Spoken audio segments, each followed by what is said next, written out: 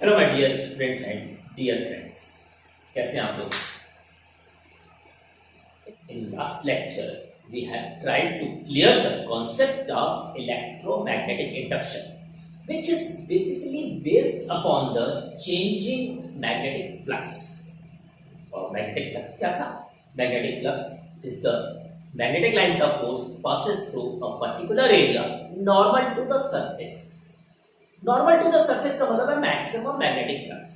अगर वह कुछ एंगल फॉर्म कर रहा है फ्रॉम द सरफेस, तो उस केस में उस सरफेस के ऊपर डाले गए नॉर्मल से जो magnetic lines of force angle बना रही थी, उसको हम लोगों ने थीटा लिया था, तो उस केस में मैग्नेटिक फ्लक्स आया था पी ए कॉस थीटा। तो जहां पे भी मैग्नेटिक फ्लक्स चेंज हो रहा है due to the change of magnetic field B, due to the change of area A, due to the change of angle, तो इन तीनों चीजों के कारण अगर मैग्नेटिक फ्लक्स चेंज हो रहा है विद रिस्पेक्ट टू टाइम, तो एक इंड्यूस्ड ईएमएफ प्रोड्यूस हो रही थी और उस इंड्यूस्ड ईएमएफ के कारण एक इंड्यूस्ड करंट पैदा हो रही थी। यहां पे हम लोगों ने लिया था डायरेक्शन ऑफ करंट और इंड्यूस्ड ईएमएफ के लिए Fleming's right hand rule. Right hand rule क्या था? In the right hand rule, first three fingers of right hand stretched out far the and सब एक दूसरे के साथ 90 डिग्री के एंगल बना रहे थे। If the direction of magnetic field is along the direction of index finger, forefinger, and direction of force or motion is along the direction of thumb, then the direction of induced current theta towards the direction of middle finger. तो यहाँ पे right hand में हम इस direction में आ रहे हैं, क्योंकि इसी डायरेक्शन से आपका कॉन्सेप्ट ज्यादा क्लियर होगा। अगर हम सामने से बताएंगे तो आपके और हमारे बीच 180 डिग्री का इन्वर्जन होगा, जो कि आपके लिए प्रॉब्लम क्रिएट करेगा। मेरा राइट हैंड आपको लेफ्ट दिखाई देगा। तो यहाँ पे फिर से हम आपके कॉन्सेप्ट क्लियर कर रहे हैं। अगर मैग्नेटिक फील्ड डाउनवर्ड है, मोशन इस तरफ है, तो उस केस में इंड्यूस्ड करंट की डायरेक्शन इस मिडिल फिंगर से रिप्रेजेंट होगी। अगर ये ऊपर है, direction of magnetic field upward है, डायरेक्शन ऑफ फोर्स इधर की ओर है, तो direction of current towards the board होगी, फ्रॉम यू टू बोर्ड। मतलब अपने राइट हैंड के 3 फिंगर्स को स्ट्रेच करके हम लोग डायरेक्शन ऑफ इंड्यूस्ड करंट को निकाल सकते हैं। यहां पे आज हम लोग स्टडी करेंगे, कॉन्सेप्ट क्लियर करने की कोशिश करेंगे related to the motional EMF. Question आता होगा व्हाट इज मोशनल ईएमएफ। जब कोई भी कंडक्टर किसी भी मैग्नेटिक फील्ड में मूव करता है, शुरुआत हम लोग perpendicular to the direction of magnetic field लेके चलेंगे। अगर मैग्नेटिक फील्ड ऊपर से नीचे है, डाउनवर्ड डायरेक्शन में है, ग्रुप से फ्लोर की तरफ, और एक बॉडी हमारे से आगे जा रही है, दूर जा रही है, तो बेसिकली उस मूविंग बॉडी जो कि स्ट्रेट है, ये दोनों एंड पर एक पोटेंशियल डिफरेंस क्रिएट हो जाता है। That is due to the motion of conductor in the magnetic field perpendicular to the direction of magnetic field, और इस प्रोड्यूस्ड ईएमएफ को हम लोग नाम देते हैं मोशनल ईएमएफ। इमोशनल नहीं, मोशनल ईएमएफ। क्यों? क्योंकि स्ट्रेट कंडक्टर, ये straight conductor downward directed magnetic field या अपवर्ड भी हो सकती है, डाउनवर्ड डायरेक्टेड मैग्नेटिक फील्ड में इस तरह से काट रहा है। इसको काट रहा है मैग्नेटिक लाइंस ऑफ फील्ड। इधर को मूव करेगा तो मैग्नेटिक लाइंस ऑफ फील्ड को वो काटेगा, या मैग्नेटिक लाइंस ऑफ फोर्स को वो परपेंडिकुलरली क्रॉस करेगा। यहाँ पे मोशन ऊपर नहीं होना चाहिए, along the direction of magnetic field नहीं होना चाहिए, यह perpendicular to the direction of magnetic field होना चाहिए। यहाँ पे हम जो भी डायग्राम बनाएंगे, बेटर रहेगा कि आप वो डायग्राम अपने कॉपी में बना लें, क्योंकि आप जब कॉपी में बना के उसको समझेंगे तो आपके राइट हैंड और लेफ्ट हैंड का कॉन्सेप्ट आपका अच्छी तरीके से क्लियर होगा। यहाँ पे जो बोर्ड है वह आपके साथ 180 डिग्री का इन्वर्जन तो कर ही रहा है, साथ ही साथ यह परपेंडिकुलर टू योर कॉपी है, तो इसमें थोड़ी सी प्रॉब्लम क्रिएट होगी। हाँ, इसका एक छोटा सा हम एग्जांपल आपको अभी शो करेंगे। यहाँ पे एक कंडक्टर यू शेप कंडक्टर है, यू शेप कंडक्टर के ऊपर एक स्ट्रेट कंडक्टर मूव कर रहा है इन कांटेक्ट। तो पहले हम लोग यू शेप कंडक्टर बना लेते हैं। एक यू शेप कंडक्टर है, इधर का पोर्शन ओपन है और एक स्ट्रेट कंडक्टर इस पे इन कांटेक्ट मूव करा है। पर उसके पहले this whole system is placed in a downward directed magnetic field. जो भी डाउनवर्ड डायरेक्टेड मैग्नेटिक फील्ड है उसे हम क्रॉस से रिप्रेजेंट करते हैं, जैसा कि यहाँ पे शो कर रहा है। अगर ये डायग्राम आप कॉपी पे बना लेंगे तो ज्यादा बेटर रहेगा, ज्यादा अच्छे तरीके से कॉन्सेप्ट क्लियर होगा। यहाँ पे हम लोग एक स्ट्रेट कंडक्टर जिसकी लेंथ हम लोग L लेके चल रहे हैं को मूव कराएंगे with velocity v in this direction. तो उसकी नई पोजीशन हम लोग को मिल जाएगी यहाँ पे। अगर ये शुरुआत में था PQ तो अब उसकी नई पोजीशन हो जाएगी PP dash and QQ dash. Conductor PQ की लेंथ है L, नई पोजीशन में भी लेंथ L ही रहेगी। हाँ, वह कुछ एरिया क्रॉस करेगा इसका मैग्नेटिक फील्ड। तो यहाँ पे क्या होगा उसके पहले हम लोग इसकी एक प्रैक्टिकल इंफॉर्मेशन ले लेते हैं। अगर एक यू शेप कंडक्टर है जो हमने ऐसे बनाया है, इसको हम लोग ऐसे रख रहे हैं क्योंकि आपको कॉपी पे बनाना है। ये यू शेप कंडक्टर है, किसमें रखा हुआ है? Downward directed magnetic field. Magnetic field कहां से है? ऊपर से नीचे। ऊपर से नीचे मतलब ऊपर नॉर्थ पोल है और नीचे साउथ पोल। तो यहाँ पे मैग्नेटिक फील्ड में यह एक यू शेप कंडक्टर रखा हुआ है। इस डायग्राम को हम इस तरह से लेके आ रहे हैं और इस पे इन कांटेक्ट ये एक स्ट्रेट कंडक्टर है, PQ मान लेते हैं, आप लेंथ L इस तरीके से रखा हुआ है। आपको समझाने के लिए यहाँ ऐसे कर रहे हैं, पर एक्चुअली ये है ऐसे डाउनवर्ड डायरेक्टेड मैग्नेटिक फील्ड में। अब ये स्ट्रेट कंडक्टर v वेलोसिटी से ओपन एंड की तरफ मूव कर रहा है। इसमें रखा है डाउनवर्ड डायरेक्टेड मैग्नेटिक फील्ड। तो अब होगा क्या उसको देखते हैं। यहां पे the charges associated with this conductor will also move along with the conductor। इसके अंदर के जो भी पॉजिटिव और नेगेटिव चार्जेस हैं वह भी राइट साइड में v वेलोसिटी से मूव करेंगे। जैसे हमने बताया कि अगर इस तरीके से रखा हुआ है और ये इस तरह से मूव कर रहा है स्ट्रेट कंडक्टर, तो इस स्ट्रेट कंडक्टर में जो भी पॉजिटिव और negative charges, negative charges are due to the electron and positive charges are due to the formation of positive ions, क्योंकि नेगेटिव इलेक्ट्रॉन निकल जा रहे हैं। कुल मिला के स्ट्रेट कंडक्टर में पॉजिटिव और नेगेटिव चार्जेस हैं। अब जब यह कंडक्टर मैग्नेटिक फील्ड में मूव करेगा तो उस केस में उस कंडक्टर पे एक फोर्स काम करेगा। जब ये कंडक्टर मैग्नेटिक फील्ड में मूव कर रहा है तो पॉजिटिव और नेगेटिव चार्ज के ऊपर एक फोर्स काम करेगा जो कि गवर्न होता है by the Fleming's left hand rule. ये आप पढ़ के आ चुके हैं मैग्नेटिज्म वाले पोर्शन में। Force experience by a charge which is moving in a magnetic field. उसके लिए हम लोगों ने फ्लेमिंग्स लेफ्ट हैंड रूल लिया। लेफ्ट हैंड रूल में भी हम इस डायरेक्शन में आ रहे हैं, ये लेफ्ट हैंड है। ये लेफ्ट हैंड रूल में आप लोगों के डायरेक्शन में आप लोग एक साथ आ जाएंगे। Direction of magnetic field downward है। Direction of motion of charge is along the direction of middle finger. Magnetic field downward है और चार्ज आप से बोर्ड की तरफ जा रहा है, तो मैग्नेटिक फोर्स इसका लगेगा along the direction of thumb. पर यहाँ पे जो भी फोर्स काम कर रहा है वह फोर्स काम कर रहा है पॉजिटिव चार्ज के ऊपर। तो अब यहां पे मैग्नेटिक फील्ड डाउनवर्ड है, पर मोशन किधर है? कंडक्टर मोशन है इधर की तरफ, मेरे तरफ यहां। तो फोर्स इधर की ओर काम करेगा, फोर्स पॉजिटिव चार्ज के ऊपर काम करेगा इस डायरेक्शन में। अगर ये कंडक्टर है, Q नीचे वाला है और P ऊपर वाला है, ये ऐसे, तो जब ये कंडक्टर मूव करेगा तो इसके अंदर के positive charge will experience force towards the direction of P। क्यों?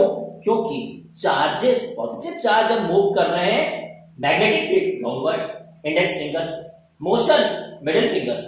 तो पॉजिटिव चार्ज के ऊपर फोर्स किधर की ओर काम करेगा, टुवर्ड्स द पी। तो पॉजिटिव चार्ज पी की तरफ आ गए।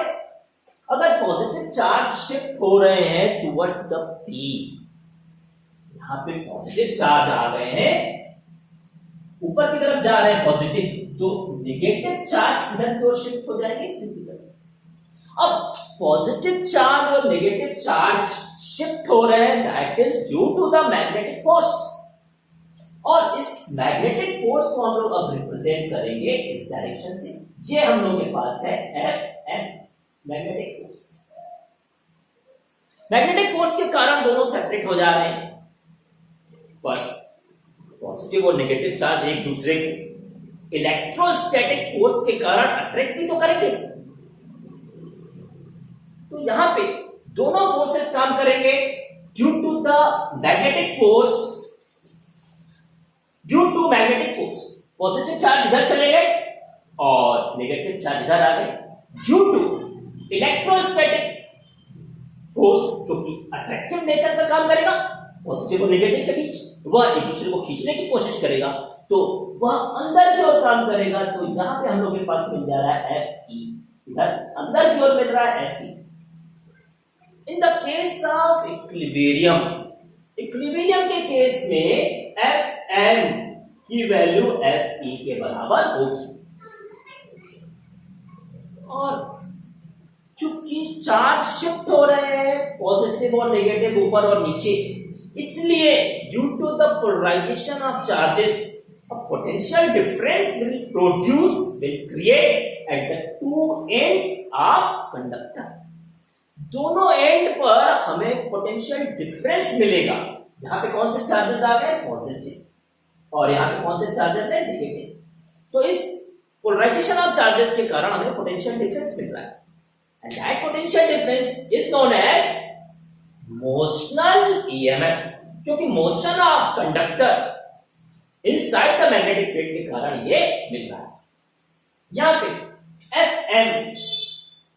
एम की वैल्यू होती है हम लोग के पास q v B sine 90 degree. 90 degree क्यों है, क्योंकि परपेंडिकुलर डायरेक्शन में मोशन करा रहे हैं। यहां पे एफ ई की वैल्यू होती है क्यू इंटू ई। क्यू क्या है, मैग्नीट्यूड ऑफ चार्ज। जितना पॉजिटिव चार्ज होगा उतना ही नेगेटिव चार्ज होगा। तो यहाँ पे क्यू क्यू कैंसिल हो जाएगा। अब हम लोग को मिल गया वी बी, इसकी वैल्यू है 1 is equal to what, E is what, electric field. ये वी स्मॉल है, स्मॉल को हम लोग थोड़ा और अच्छे तरीके से लिख लें, स्मॉल वी वेलोसिटी को रिप्रेजेंट करता है। तो यहाँ पे ई की जगह पे हम लोग लिख सकते हैं ई इज इक्वल टू है वी बाई एल, क्योंकि E L is equal to V होता है। Line integral of electric field is equal to what, V. यहां पे हम लोग पढ़ चुके हैं कि E D L is equal to V, तो यहां पे है E L is equal to V, तो ई इज इक्वल टू हो जाएगा capital V by L. Capital V क्या है, पोटेंशियल डिफरेंस, जिसे हम ई से भी रिप्रेजेंट कर सकते हैं। तो यहां पे ई की जगह हम लोग लिख सकते हैं small e by l. Small e क्या है, इलेक्ट्रोमोटिव फोर्स, जो कि इंड्यूस हो रहा है, जो कि प्रोड्यूस हो रहा है, जो कि जनरेट हो रहा है। तो अब हम लोगों के पास यहां पे फॉर्मूला मिल जाएगा V B is equal to E by L. L इधर चला गया तो मिला V B L. This V B L is equal to induced EMF and this is known as motional EMF. इसको क्या कहते हैं हम लोग, मोशनल ईएमएफ। लगे हम तो एक चीज और बता देते हैं। लास्ट लेक्चर में हमने कहा था कि एरोप्लेन के टायर्स कंडक्टिंग नेचर के बनाए जाते हैं, जबकि ऑर्डिनरी व्हीकल्स के टायर्स नॉन कंडक्टिंग नेचर के होते हैं। हमारा एरोप्लेन अर्थ के मैग्नेटिक फील्ड में हाई स्पीड से मूव करता है, वो अर्थ की मैग्नेटिक लाइंस ऑफ फोर्स को कट करता है। उस केस में वेलोसिटी बहुत ज्यादा है, मैग्नेटिक फील्ड अर्थ की कम है, मान लीजिए लेंथ बहुत ज्यादा है, विंग्स के दोनों एंड के बीच की लेंथ बहुत ज्यादा है। तो एल ज्यादा हो गया, वी ज्यादा है, बी कम है, पर तो पोलराइजेशन ऑफ चार्ज होगा, एक पोटेंशियल डिफरेंस क्रिएट होगा। उस पोटेंशियल डिफरेंस और पोलराइजेशन ऑफ चार्जेस के कारण जब तक एरोप्लेन एयर में हाई स्पीड से है तब तक चार्जेस दोनों विंग्स के एंड पर होंगे। ये विंग्स के पॉजिटिव इधर है तो नेगेटिव इधर होगा।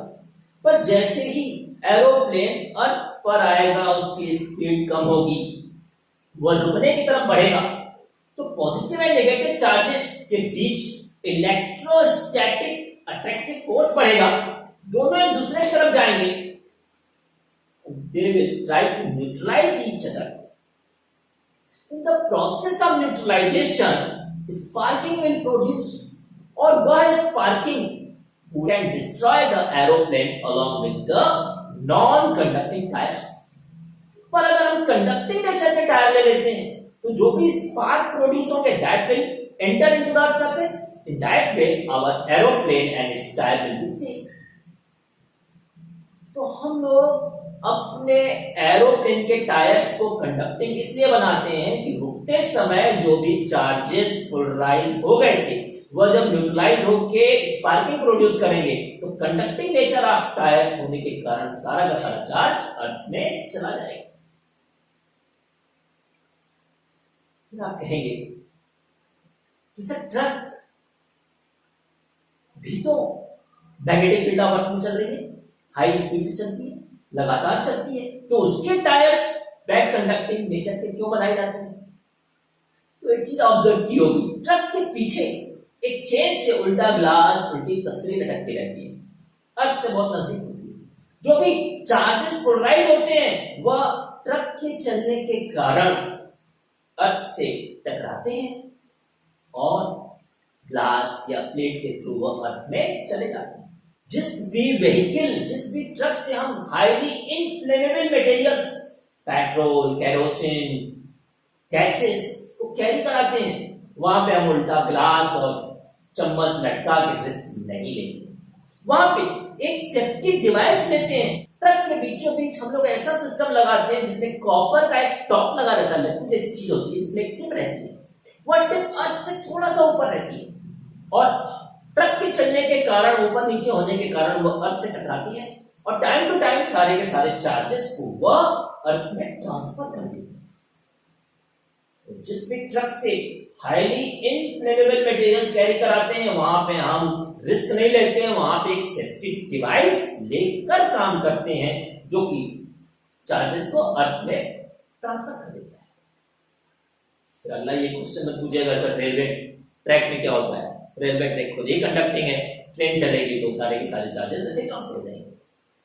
पर इस बात का ध्यान देना है कि कोई चीज कॉन्टिन्यूअसली अगर चल रही है, कंडक्टिंग नेचर की है, अर्थ मैग्नेटिक फील्ड में चल रही है, तो उसके दोनों एंड पर पॉजिटिव और नेगेटिव चार्जेस अराइज होंगे। That is due to the motional EMF. यहाँ पे अभी तक हम लोगों ने प्रूव किया है formula of the motional EMF. अब हम लोग Faraday law of electromagnetic induction को प्रूव करने की कोशिश करते हैं। यहाँ पे मान लेते हैं कि डेल्टा टी टाइम इंटरवल में इसकी शिफ्टिंग हो रही है डेल्टा एक्स, मतलब पी डैश से new position P dash Q dash आने में अगर टाइम डेल्टा टी लेता है और ये डिस्टेंस है हम लोगों के पास यहां से यहां तक की delta x, means body state conductor covers delta x distance in small interval of time dt with velocity v। इस वेलोसिटी से वो कवर कर रहा है वेलोसिटी v से। तो कितना एरिया वो शिफ्ट करेगा? शिफ्ट एरिया कितना हो जाएगा? Shift area in time delta T. Shift area की वैल्यू हम लोग ले ले रहे हैं डेल्टा ए। डेल्टा ए की वैल्यू किसके बराबर हो जाएगी? Length of conductor and delta x length into breadth is the Swift area. ये एरिया जो आगे वो कवर कर रहा है, क्रॉस कर रहा है डेल्टा टी टाइम में। तो चेंज इन मैग्नेटिक फ्लक्स कितना होगा? Change in magnetic flux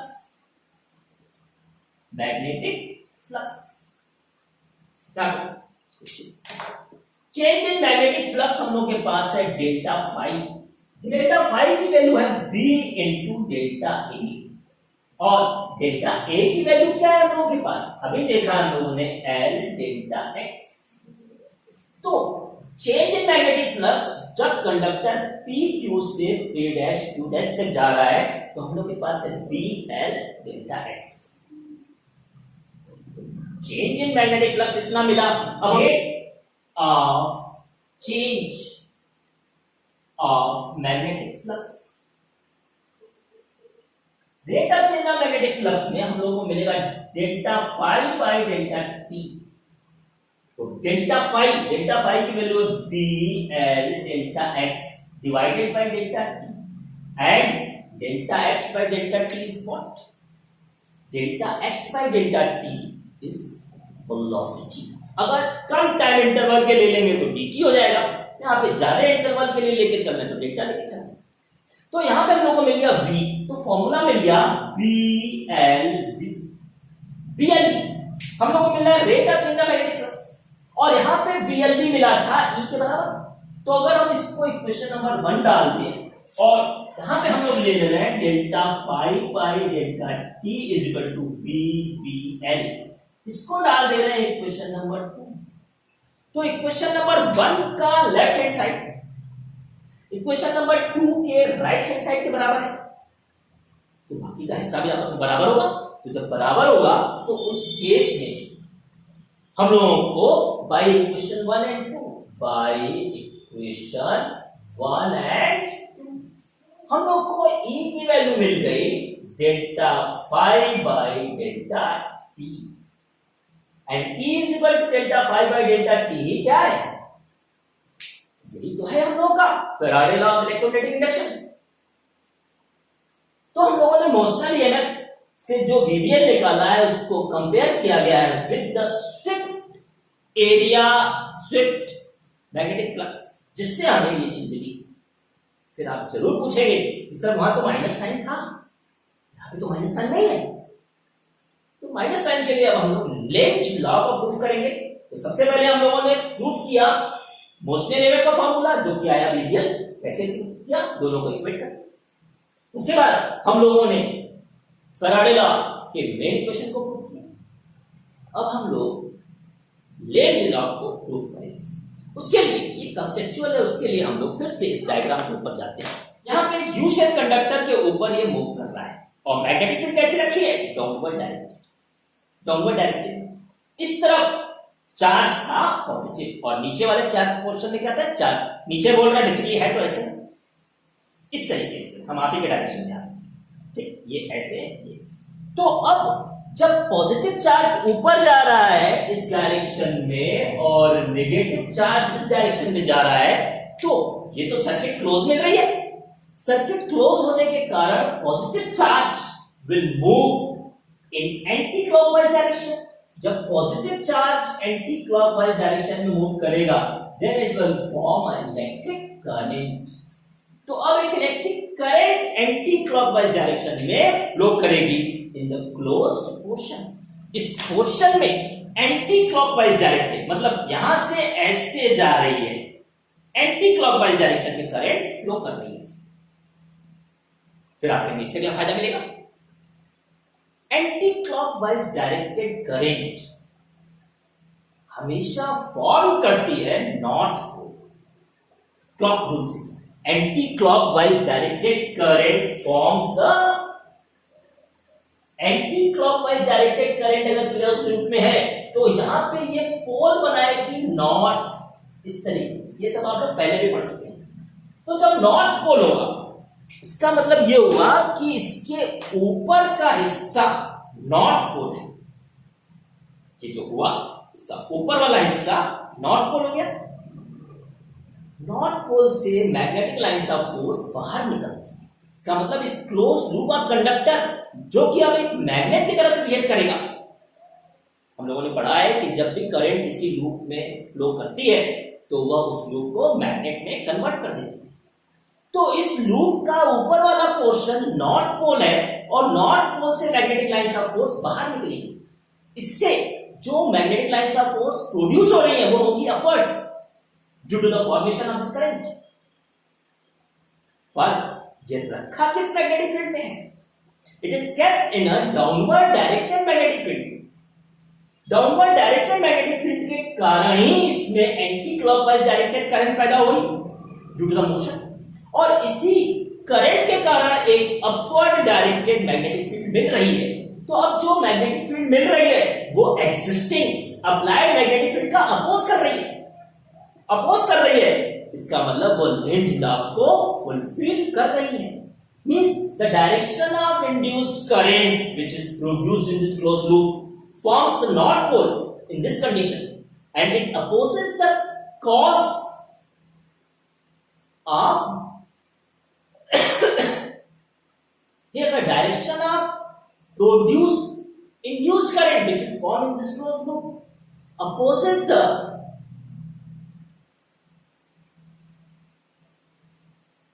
here the produced induced current which is in anti-clockwise direction, which is formed in this closed loop, forms magnetic pole, forms north magnetic pole, and from north magnetic pole, magnetic lines of force are appears to comes out मतलब बाहर क्यों निकल रही है, but it is placed in a downward directed magnetic field. तो downward directed magnetic field का upward directed magnetic field oppose करेंगे, इसका मतलब डायरेक्शन ऑफ करंट ऐसा मैग्नेटिक पोल फॉर्म कर रही है जो कि अपने पैदा होने वाले मैग्नेटिक फील्ड का अपोज कर रही है। तब यहां पे हम लोगों के पास माइनस साइन आ जाएगा। तो इस पूरे के पूरे टॉपिक में तीन इंपॉर्टेंट चीजें, motional EMF, Faraday law of electromagnetic induction and third is proof of Lenz law. एक और इंपॉर्टेंट चीज यहां पे जाननी बहुत ज्यादा जरूरी है, अगर डाउनवर्ड डायरेक्टेड मैग्नेटिक फील्ड में एंटी क्लॉकवाइज है तो अपवर्ड डायरेक्टेड मैग्नेटिक फील्ड में क्या होगा। तीन चीजें हम लोग के पास है, एक है वेलोसिटी, करंट की डायरेक्शन और मैग्नेटिक फील्ड। ये तीन चीजें डायरेक्शन वाली है। अगर हम इन तीनों में से किसी एक को चेंज कर देते हैं, अगर हम डाउनवर्ड डायरेक्टेड मैग्नेटिक फील्ड की जगह पे बाकी सब सेम रखते हुए इस डाउनवर्ड डायरेक्टेड मैग्नेटिक फील्ड जिसने ये रखा था में हम अपवर्ड डायरेक्टेड मैग्नेटिक फील्ड रख देते हैं, तो उस केस में एंटी क्लॉकवाइज डायरेक्टेड करंट की जगह पे क्लॉकवाइज डायरेक्टेड करंट पैदा होगा। मतलब अगर हम मैग्नेटिक फील्ड की डायरेक्शन बदलते हैं तो डायरेक्शन ऑफ प्रोड्यूस्ड करंट की डायरेक्शन बदल जाएगी, और अगर हम बाहर की तरफ इसको न ले जाके अंदर की तरफ ले आते हैं तो उस केस में यहां पे जो भी करंट की डायरेक्शन होगी वह भी पलट जाएगी। और अगर हम दो चीजों को एक साथ बदल देते हैं, वेलोसिटी को बाहर निकाल के अंदर ले आए, मैग्नेटिक फील्ड को ऊपर से नीचे न जाके नीचे से ऊपर लेके जाए, दो चीजों को बदल देंगे तो direction of current anti clockwise direction में ही होगी। मतलब अगर वेलोसिटी और मैग्नेटिक फील्ड में एक ही डायरेक्शन चेंज करते हैं तो इस केस में वह एंटी क्लॉकवाइज की जगह क्लॉकवाइज हो जाएगा। अगर हम लोग दोनों की डायरेक्शन चेंज कर देते हैं तो उस केस में डायरेक्शन ऑफ करंट में कोई भी चेंज नहीं होगा। यहाँ पे एक और इंटरेस्टिंग रूल है, जिसे आप अगर याद कर लेंगे तो अच्छा रहेगा, वो है इन रूल। वो क्या है? In rule. इसको इन रूल के नाम से याद करें तो बेटर रहेगा। I stands for increase। Increase क्या है? Increase in area, Swift area है, इंक्रीज कर रहा है, and I is also related with the downward directed means inward directed। तो यहां पे I दो चीजों को डिनोट कर रहा है, इनवर्ड डायरेक्टेड जो कि मैग्नेटिक फील्ड के लिए है, और दूसरा I रिप्रेजेंट कर रहा है इंक्रीजिंग और एरिया। इंक्रीजिंग एरिया जब होगा तो मैग्नेटिक फ्लक्स भी बढ़ेगा। डाउनवर्ड डायरेक्टेड मैग्नेटिक फील्ड को हम लोग इनवर्ड डायरेक्टेड मैग्नेटिक फील्ड के नाम से भी जानते हैं। तो उस केस में अगर एरिया इंक्रीज कर रहा है डाउनवर्ड डायरेक्टेड मैग्नेटिक फील्ड में, इनवर्ड डायरेक्टेड मैग्नेटिक फील्ड में एरिया इंक्रीज कर रहा है इनवर्ड डायरेक्टेड मैग्नेटिक फील्ड में, तो जो भी करंट प्रोड्यूस होगी इस क्लोज लूप में वह नॉर्थ पोल को प्रोड्यूस करेगी, मतलब वह एंटी क्लॉकवाइज डायरेक्टेड करंट होगी। तो यहां पे आपको in rule I and in rule के हिसाब से याद करना है। वैसे डबल आई एंड बी याद करेंगे तो ज्यादा बेटर रहेगा। पर इसको हम लोग इन रूल के नाम से जानते हैं। अगर resistance of state conductor R है तो उस केस में जो करंट पैदा होगी उसको हम लोग देखते हैं। क्यों? क्योंकि पोटेंशियल डिफरेंस तो हमारा दोनों टर्मिनल के बीच में पैदा हो रहा है। तो यहां पे हम लोगों के पास आई की वैल्यू हो जाएगी E by R and E की वैल्यू है B V L by R. Small L लेना चाहे कैपिटल एल ले। तो ये है करंट, ये करंट प्रोड्यूस हो रही है। अब अगर ये करंट प्रोड्यूस हो रही है तो उस केस में इसके ऊपर जो लॉरेंज फोर्स काम करेगा, इसको हम लोग बाहर की ओर ले जा रहे हैं तो उसके ऊपर एक मैग्नेटिक फील्ड के कारण फोर्स काम करेगा जिसका नाम है लॉरेंज फोर्स, LORENTZ। ये सब आप लोग पढ़ के आ चुके हैं मैग्नेटिज्म वाले पार्ट में। तो लॉरेंज फोर्स F की वैल्यू यहां पे मिल जाएगी हम लोगों को BIL। यहां पे स्मॉल या कैपिटल कुछ भी ले सकते हैं, स्मॉल लेने बेटर रहेगा। BIL, B I की वैल्यू हम लोग के पास है BVL और 8L ये वाला डिवाइडेड बाय R। तो हम लोग को यहां पे मिल गया B square L square V by R। This is what force. Which force? Lorentz force. अगर लॉरेंज फोर्स इतना काम कर रहा है तो डेसिपेटेड एनर्जी पर सेकेंड कितनी होगी? डेसिपेटेड एनर्जी पर सेकेंड का फॉर्मूला है हम लोग के पास I स्क्वायर R। ये क्या है? Dissipated energy per second. तो यहाँ पे आई स्क्वायर की वैल्यू हम लोग जब पुट करेंगे तो मिलेगी B square L square by R square और एक आर ये है। तो डेसिपेटेड एनर्जी पर सेकेंड, याद रखिएगा पर सेकेंड है। तो यहाँ पर हम लोग को मिल जाएगी B square L square by R. ये डेसिपेटेड एनर्जी निकल गई। हम लोग निकालेंगे power. Power is what? Energy applied per second. P is equal to है VI। V की जगह हो जाएगा E, I अपने जगह पे है तो P की वैल्यू मिल जाएगी। E की वैल्यू है हम लोग के पास BBL और I की वैल्यू है BBL बाई R। इसको ठीक ठाक करेंगे तो हम लोग को यहाँ पे मिल जाएगा P is equal to V square L square by R। अगर ध्यान से देखें तो ये dissipated energy per second and power applied is equal. दोनों आपस में क्या है? इक्वल। इसका मतलब ये हुआ कि हम लोग जो भी एनर्जी अप्लाई कर रहे हैं पर second that is converting into the heat energy और वो हीट एनर्जी के फॉर्म में गर्म होकर डिसिपेट होते हैं। इस कंडक्टर को गर्म कर। अगर उन प्रॉब्लम्स को हम लोग देखें तो ज्यादा बेटर रहेगा। अगर हम लोगों के पास एक मैग्नेटिक फील्ड है जो कि चेंज हो रही है, magnetic field is changing from 4 tesla to 2 tesla in 4 seconds. अगर कहीं पे भी मैग्नेटिक फील्ड चेंज हो रही है from 4 tesla to 2 tesla in 4 second, associated with the area is equal to 2 centimetre square. Area क्या है? 2 सेंटीमीटर स्क्वायर है। Then how much EMF will produce? कितना ईएमएफ प्रोड्यूस होगा? तो वहां पे E की वैल्यू है minus delta phi by delta T. Delta phi by delta T, जहां पे हम लोग फाई की जगह पे लिख सकते हैं B into A divided by delta T. यहाँ पे कांस्टेंट क्या है? एरिया। एरिया को हम लोग बाहर निकाल ले तो हम लोग को मिल जाएगा delta B by delta T. Delta का मतलब होता है फाइनल माइनस इनिशियल और यहाँ पे ए की वैल्यू दे रखी है। ए की वैल्यू हम लोग के पास 2 सेंटीमीटर स्क्वायर। जब सेंटीमीटर स्क्वायर को मीटर स्क्वायर में कन्वर्ट करेंगे तो यहाँ पे हम लोग को 10 टू द पावर -4 करना पड़ेगा। क्यों?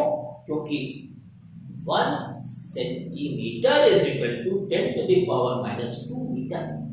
तो यहाँ पे स्क्वायर है तो 10 टू द पावर -2 का स्क्वायर करेंगे तो मिलेगा 10 टू द पावर -4। ये मिल गया हम लोग के पास ए। अब डेल्टा बी क्या है? Final minus initial.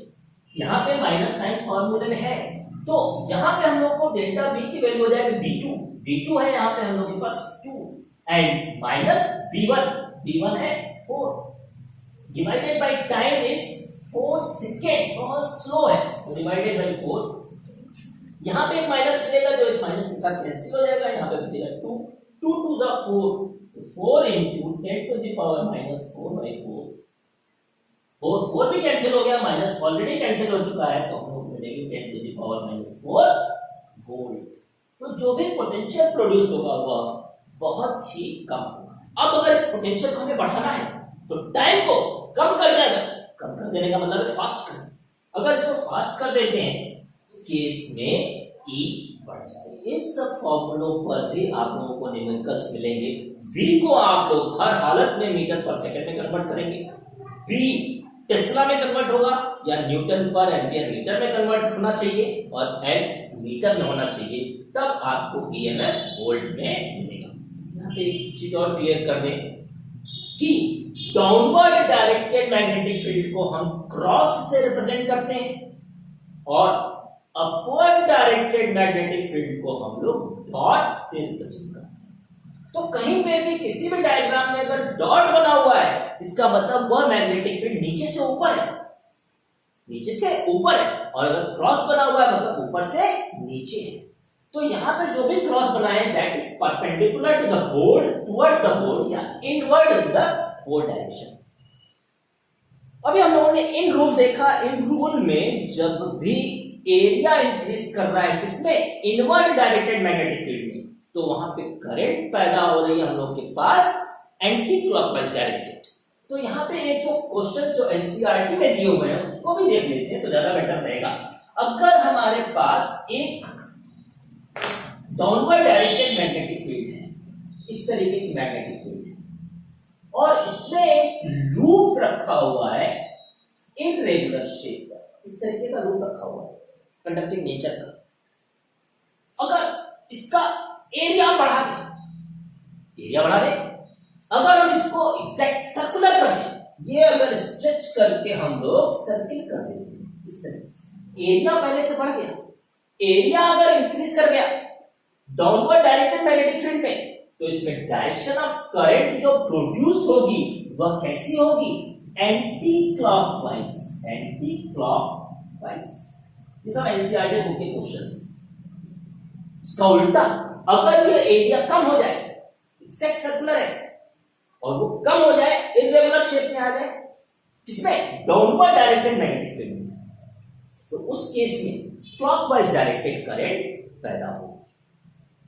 जैसे अगर हम लोग इसी क्वेश्चन को थोड़ा सा मॉडिफाई करते हैं और हमारे पास है upward directed magnetic field, dot है तो क्या है, upward directed magnetic field, upward मतलब नीचे से ऊपर है, और अगर हम इसमें एक ओवल शेप की कंडक्टर को रखते हैं, सर्कुलर कंडक्टर है ओवल शेप का, तो एरिया पहले से कम है और इसको हम स्ट्रेच कर लेते हैं, एकदम सर्किल कर देते हैं, तो एरिया पहले से बढ़ गया।